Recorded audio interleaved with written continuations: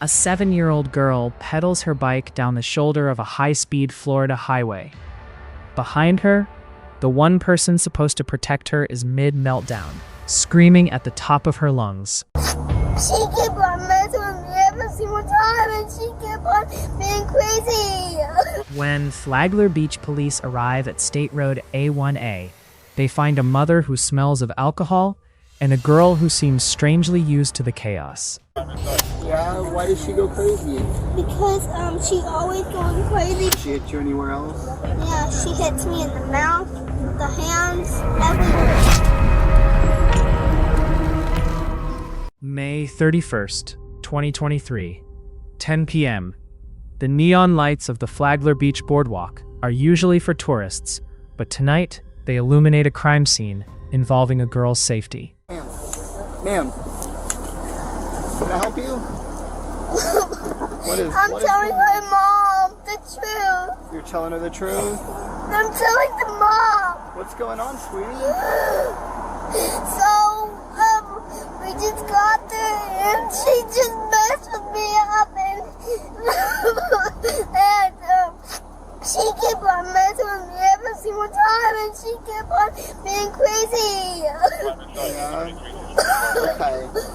Amanda is agitated, her words slurring as she tries to flip the script, blaming the 7-year-old for the scene. But the bystanders who called 911 aren't buying the meltdown excuse. What is that in your hand? Go ahead, Texas, coming.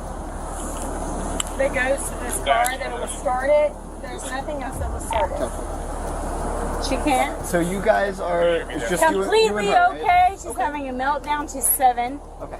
And everybody else are concerned folks making sure that We're watched her. We watched you for 20 minutes. You're the one that called, so she's been trying to go on the street with the bike and a busy street. The tension on the A1A is rising, and the officers know they need to isolate the truth before the mother's aggression escalates further.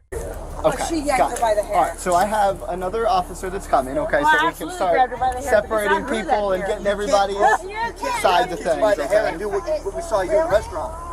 That's insanity. Then step in my way, please. It's not illegal. Because whenever you do that, Can you come talk to me over here? yes, sir. Hang on just a second. Let me try to get this bicycle in this There's a trunk. bicycle. Well, okay, I believe you. There's a bicycle. While one officer handles the mother, another kneels down to speak with the girl. She isn't crying. She's talking with a chilling, matter-of-fact calmness that suggests this isn't her first time dealing with the police. Megan, what happened with mom? Now she just started going crazy now. She just started going crazy. Has that happened before? Yeah. Why did she go crazy? Because she always going crazy because she don't like Texas and because her mom just been mean and made ugly face to my mom.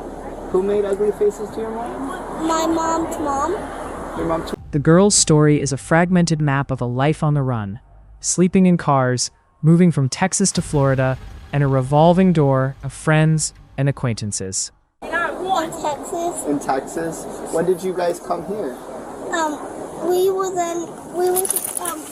sleeping in right beside Florida and we got in Florida. In Florida. Have you been sleeping in your car?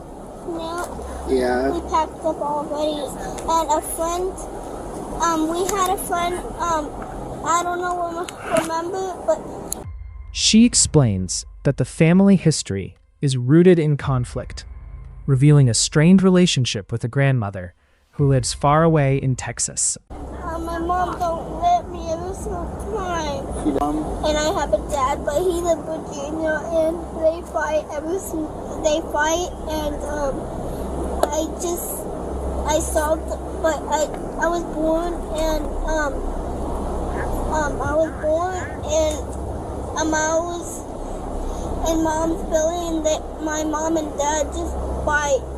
It becomes clear that the meltdown wasn't the child's. It was the mother's reaction to a life that was falling apart at the seams. They just fight. So now you live just with mom? Okay. My dad is in Virginia already because he moved.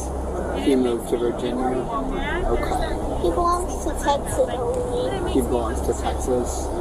The officer asks why she's worried about jail. The answer reveals a history of domestic instability that spans years, not days. So I just don't want Mom to go to jail, though. Why would your mom go to jail? She went to jail like 3 times or so. 3 times? What did she... Why? So Mom and Dad fight, like my dad punched Mom and my mom punched Dad.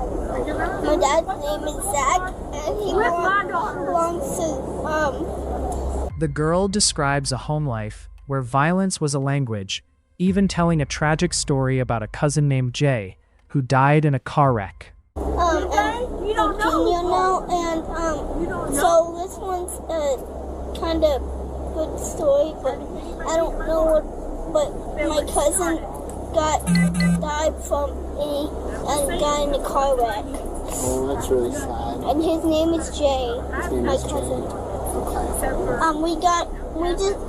A rock just got hit from a car, but The girl begins to describe the physical toll of living with Amanda, pointing to invisible scars and recurring pain that no 7-year-old should be able to articulate. so I don't know what happened in the front of the car, but it was a big crack. Okay. Not a big giant one, but like 2 cracks. So sometimes mom hits dad, and sometimes dad hits mom. Does mom ever hit you? Every single time. We always fight every single time. You and mom fight? Where does she hit you? Everywhere. Everywhere? She even mentions a babysitter named Jules, a 13-year-old girl who seems to be the only person she actually likes in this chaotic environment. I have a babysitter, and her name is Jules, but she's alive, but she belongs in Florida too. She's in Florida too?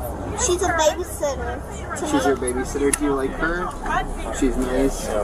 She's just, maybe she's 13 and she always, belongs She's to. 13. As the girl stands shivering on the roadside, the officers turn to the people who actually stepped in. One witness, a teacher, is visibly shaken by what she saw. Did you see? What did you see? I saw the tail end of it when she was pulling her hair. And they saw everything. Yeah, it's hard for me to talk, man. It's just choking me up. What happens to her? Don't even worry about that. In the immediate time, we have victim advocates who are really lovely people that work with us in the police Can I department. get your card? Because I got to be honest with you, you are amazing. The witnesses aren't just reporting a crime. They are pleading for the girl's future, terrified of what happens if the police leave her in that car. It's a terrible situation that she's in with how mom is treating her. Yeah. But is what's on the other side of that Better. It's so hard. I'm a teacher, so I see the same. You know, so you've been in. But I'll take her in if I Yeah, need to. my mom's a I'll take retired her elementary too. school teacher. I got a 4-year-old, man. I mean, and well, she's on the phone. Amanda was charged with toddler abuse, her bond set at $10,000. The child was placed in the care of protective services, far away from the crazy cycles of Texas, Virginia, and the Florida roadside.